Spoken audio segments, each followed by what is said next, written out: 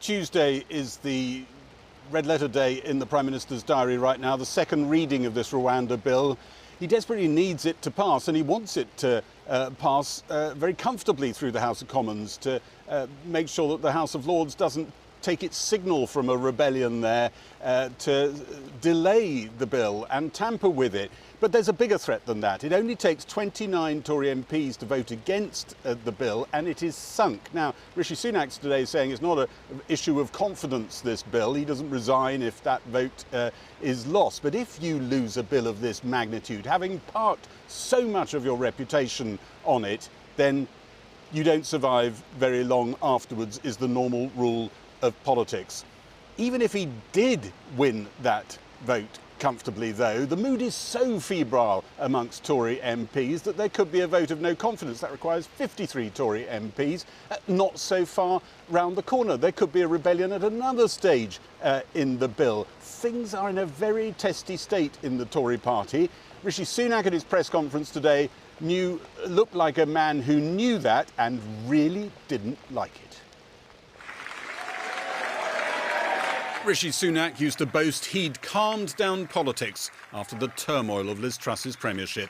Amongst the MPs convinced the party needed to unite around him, one Robert Jenrick. We've got to come together. We've got one shot now to get this right. He decided that shot had misfired. Yesterday, he quit as immigration minister, David Cameron amongst those who tried to get him to stay. Are you convinced that Mr Cleverly's plan won't work? Trailing in behind the new Home Secretary, two brand new immigration ministers. They heard the Prime Minister attack those who challenged his new policy. I'm determined to actually fix this problem, and the people who want to do something else clearly don't, because I'm confident this will work. Some legal experts think Rishi Sunak may actually have come up with a bill that prevents legal challenges and means deportations to Rwanda could happen. I am entirely confident that what we're doing is the right approach. I have spent weeks, if not months, in the last few periods getting this right, working through it with multiple lawyers, making sure that we have something that is legally watertight. I think he is broadly right. There is a very narrow exception, which is about people who complain that even though Rwanda might be safe in general, it's not safe for them because of some particular characteristic that they have. Rishi Sunak insisted there was barely an inch between himself and his party critics, but he knows some of them are now seeking his downfall and see his Rwanda policy as the rock on which to break him. I want to finish the job, right? And finishing the job means getting this legislation on the statute books and getting this scheme up and running. I am determined to see that through. I think a lot of people are getting flashbacks. It looks like the parliamentary party is yet again sort of slightly taking leave of its senses. And we literally do now have people potentially talking about a leadership election, which is obviously insane. But the fact that people are talking about it now, there is a febrile mood. Some think Sir Graham Brady, the messenger of doom who counts the letters demanding a vote of no confidence, could soon be walking up Downing Street with bad tidings yet again. One plotter said recent history suggests Rishi Sunak would probably win a vote of no confidence, but not last long. The parliamentary party does have confidence. 6 months after the cheers had died, so had her premiership. To serve the country I love. The parliamentary party does have confidence. A month later, the victor was gone. When the herd moves, it moves. You've got these frustrated and angry backbenchers getting more and more annoyed, and it could tip into anything. And equally, on the other side, the Prime Minister getting more and more frustrated. So anything could happen, whether by design or accident, a leadership election, an early election. Will next week's vote be treated as a vote of confidence in your government? You don't know, but what this vote is about confidence in Parliament to demonstrate that it gets the British people's frustration. I get it. I'm acting on it.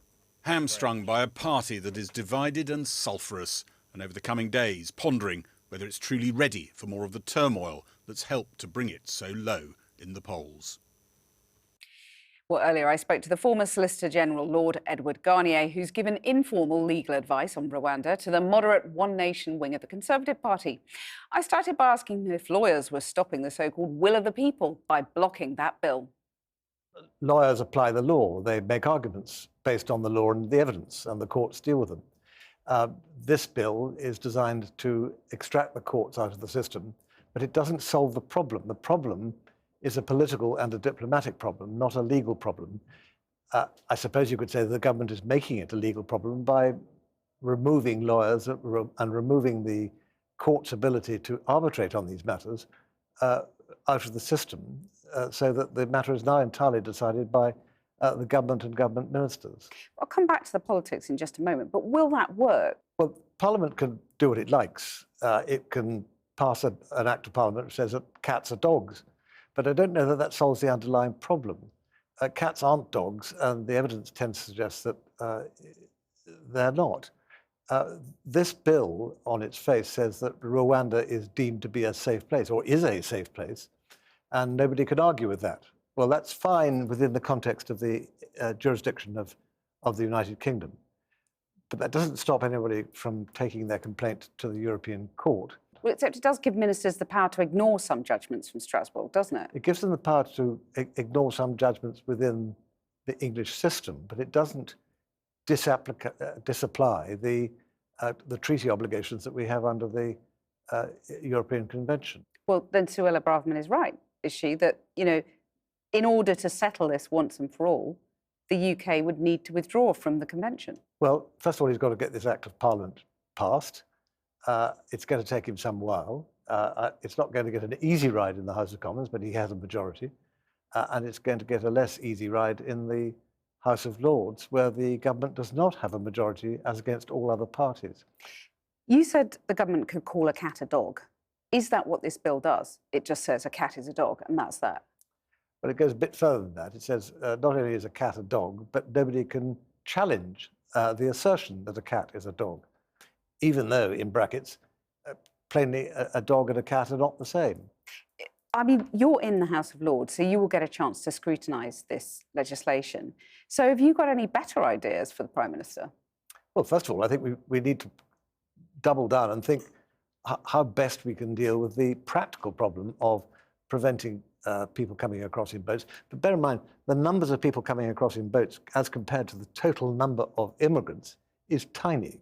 So they've got to think out how best to deal with the immigration problem and how to deal with the asylum problem. There are many, many unarbitrated asylum cases. We need more asylum judges dealing with these cases much, much more quickly. And if necessary, in temporary courts on the coast, as they come off the boats, if that's where they're coming from, sit down in Eastbourne and Hastings and Brighton or Dover and Deal, wherever they're coming, with banks of courts, judges, temporary judges, saying, give me the cases and we'll deal with them. If that would work, why don't you think the government's doing that?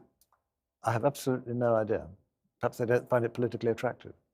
George Osborne, the former Chancellor, says the party's in a state of civil war over all this. Does that make an early general election more likely?